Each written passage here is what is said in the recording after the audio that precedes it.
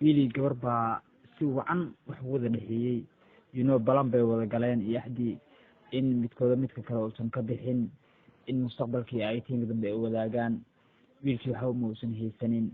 ugu dambaystii wuxuu jeclaystay inuu soo gabagabeeyo guurkiisa iyo mustaqbalkiisa dambe ayadii uu sheegay waxba ma hayo walaalay wixii aan haysto aan wax wadaagno I'm ready dhahday gabadha soo dhawaa aniga diyaar baan ahay wiilkii wuu dadaalay wixii yara oo akoon uu jiray oo yaro haystay xataa way ka qasaareen way ku lumeen alafu muxuu ahay ii sheeg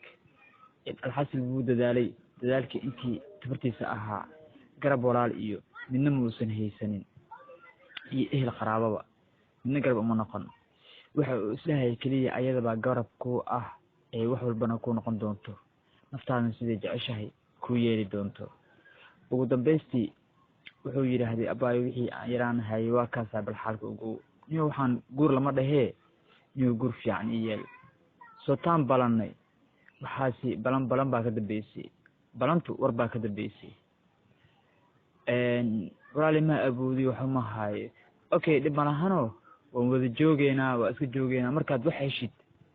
if Allah say markii aad wax heshid aduu ilaahay idmo baan isguursanaynaa oo hanti xoolo aad yeelatid marka qof maanta baahidii kugu nacay ee kaga caraday biri direct miyuu kugu joogayaa jawaabtu samaxay tahay idinkaan ka rabaay jawaabta ayaa waxay tahay ruux bukaanka kugu nacay tarararan adoo baahan ka tagay samo kuma banaani alla barashoy barasho wacana bari waa adduuyoy maxaad laba bogleysaa